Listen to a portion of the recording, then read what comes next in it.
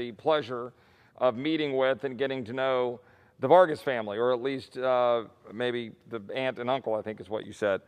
And what I would tell you is that it is a truly wonderful family. They embody all that is right and good about the American dream, about opportunity.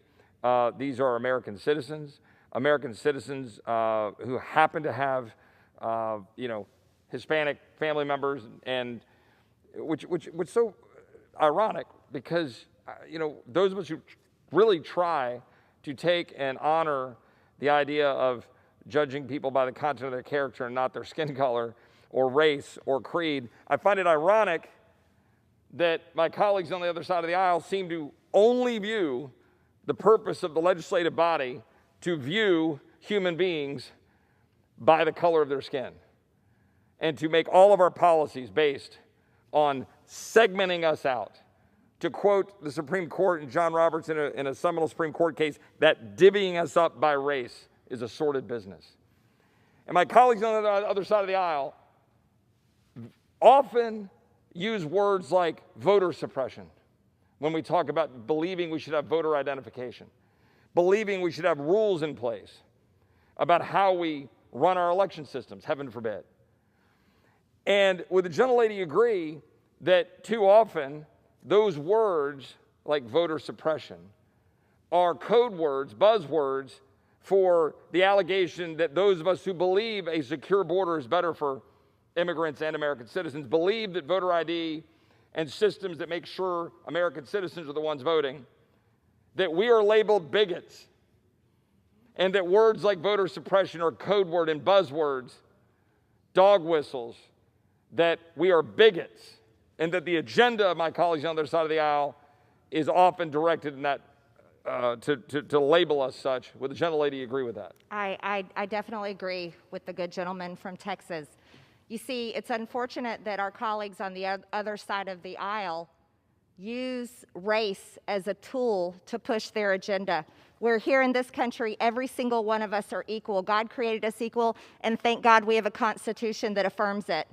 And if we are to do anything, we should look as Americans as one, because we're the citizens of this nation, and all of our policies and laws should serve our American people, not divided up by identity or politics or any other category. And it's shameful that we've come to a place after we had come so far and achieved so much. And so, yes, I do agree with you, and it needs to be done away with. A brief moment, a sidestep away from the issue of border security, and I know the gentleman is here and is waiting, he's patient, and I would just ask one more question. The gentlelady was here on Monday, this past Monday, when we let known our desire to not allow 13 bills, 10 Democrat bills, 3 Republican bills, to move off of the House floor by voice vote. That is, without a roll call vote.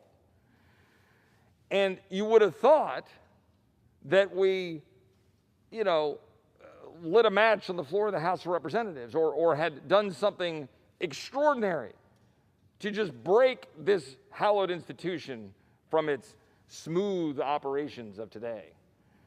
You would think that we were, upending our Constitution as we know it, because we, believe it or not, we demanded the yeas and nays, a roll call vote on 13 bills. And the gentlelady is often taken to using motions to adjourn. And I believe I've heard she's done so, and the gentlelady has stipulated she's done so to force another hour of consideration when we have a bill like the $1.9 trillion monstrosity that reshapes the American economy, reshapes the American healthcare system, funds money for people in prison, upends our entire fiscal stability. I could go on and on. Is the gentlelady an agreement with me that what we're trying to do is to simply notice our colleagues that perhaps the People's House should debate, vote, amend, be present, not vote by proxy from your home districts.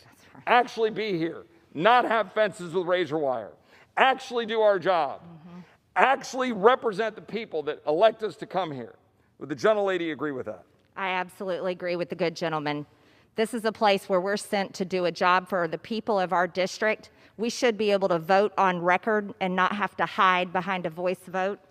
We should be able to call for a motion to adjourn to give everyone pause and thought before they vote for such crucial, critical, radical, transforming legislation. I absolutely, fully agree with the good gentleman from Texas. Congress is a place where people should be working just as our regular American citizens are working 12-hour shifts, working in factories, working on job sites, paving roads, working in restaurants, serving us when we go to eat. This is absolutely a place where we should work, where we should be able to use tools to represent our districts and not have rules changed here in the people's house to stop us from being able to use good measures for everyone in Congress to vote, be on record, and do their job that they've been elected to do. Thank you. I think the gentlelady from Georgia